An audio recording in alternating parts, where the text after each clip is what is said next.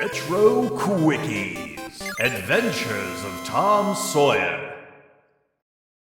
The Adventures of Tom Sawyer is a novel first published in 1876 by juggernaut of classic American literature Mark Twain, documenting the misadventures of a boy growing up in the fictional town of St. Petersburg along the Mississippi River. It has been republished, released, abridged, and adapted dozens, if not hundreds of times, often aimed at kids in elementary or middle school. So naturally, these adaptations would include video games, and 113 years after its initial publication, a company known as Quickies would release an NES version of the classic story.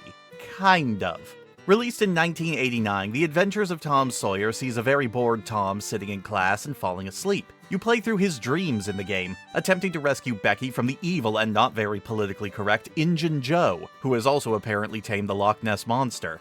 Some of these visuals, man, they just do not line up with each other, which I think was the major reason that Quickies decided to set the entire game in a dream, so that they could just throw whatever at the wall without really having to justify it much. The first three levels kind of fit with Tom Sawyer's theming, moving from a riverboat to a top-down vertical scrolling shooter where you're rafting down said river, to an old forest, but then you get to an old haunted house, followed by jumping across the clouds and fighting against a giant zeppelin, and ending in a waterfall cave that jumps between ice and volcano as you progress through it. It's kinda bizarre, but the context of it being a dream does kinda help. Doesn't explain why we're fighting against a Japanese thunder god near the end of one stage, though. Still, while the novel is kind of slice-of-life-esque, it is still pretty adventurous, and it isn't like the NES was shy about ridiculous adaptations. Hell, Squaresoft even released a game based on Tom Sawyer the exact same year that was a more direct adaptation of the novel's plotlines. Now granted, it was a turn-based RPG that only came out in Japan, but my point still stands.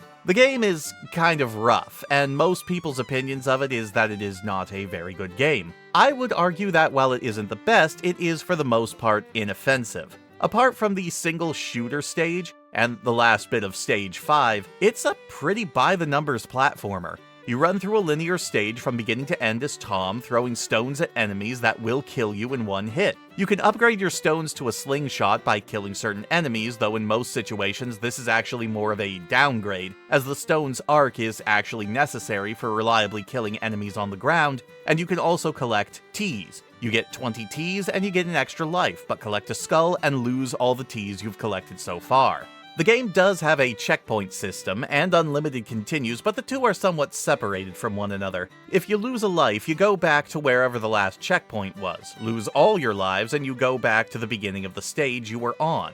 This isn't as big of an issue as it sounds, as the stages themselves are actually a fairly manageable length, and learning their layout doesn't take much time, which does balance out the one-hit kill nature of the game. Your attack can be a bit of a problem, as the arc of the stones is very specific, and if enemies get inside that arc, there's not much you can do about it aside from either try to back up and reposition, or jump or dodge out of the way, which is oftentimes made difficult because the controls are very stiff. Tom moves and gains speed pretty quickly, and your jump arc is pretty impressive, but if you try to jump from a standstill, you can't really move that much. You have more control over your jump arc than in, say, Castlevania, but less than you do in Super Mario Bros. When platforming, this typically isn't an issue because the platforms are fairly well spaced out, they're decently sized, and the main problem comes with dealing with all of the enemies that pop up at once. And the last two stages love to throw a lot of enemies at you at once. Stage 5 basically requires you to really take your time to inch your way through the level and let the enemies come to you. And Stage 6 not only lacks any sort of checkpoints requiring you to play through the whole thing every time, but it also has several sections with these dropping ceiling spikes that not only have some ridiculous hitboxes, like seriously, look at this, but they don't drop in the same patterns or even predictable ones from try to try. And then at the last part, you have to go through a gauntlet of fire dragons that also don't seem to have a predictable pattern, and then go immediately into the final boss of the game. Up until these last two stages, most of the game's issues are manageable, with the stiff controls offset by the fairly fair spread of enemies and obstacles, and the checkpoint system making progression fairly easy. But oh boy, the end of this game takes a hard turn in terms of difficulty, really highlighting a lot of the rougher control problems and throwing away the ability to reliably learn the level and enemy layout, and just having to either book it and pray, or just inch your way forward and hope that you can react fast enough to get out of the way if you're in a bad pattern. If you can't tell, I'm kind of conflicted. The game is rough, no doubt about it, but for what it is, the game manages to skirt the line between being Nintendo hard and a fairly breezy experience. And I can see someone getting frustrated with the game when they first pick it up, but if you spend a bit of time with it, it can be a pretty enjoyable platformer, at least until you hit the last 2 stages. To give you an idea of the divide of difficulty here, all the footage you are seeing during this video was from my very first time actually playing this game seriously, and it took me about 2 hours to beat the game from beginning to end.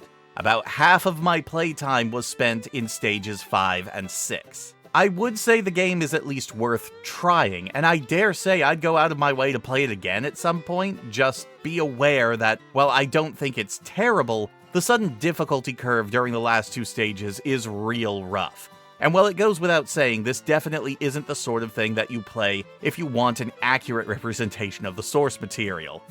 Don't worry, Nessie, I'll save you.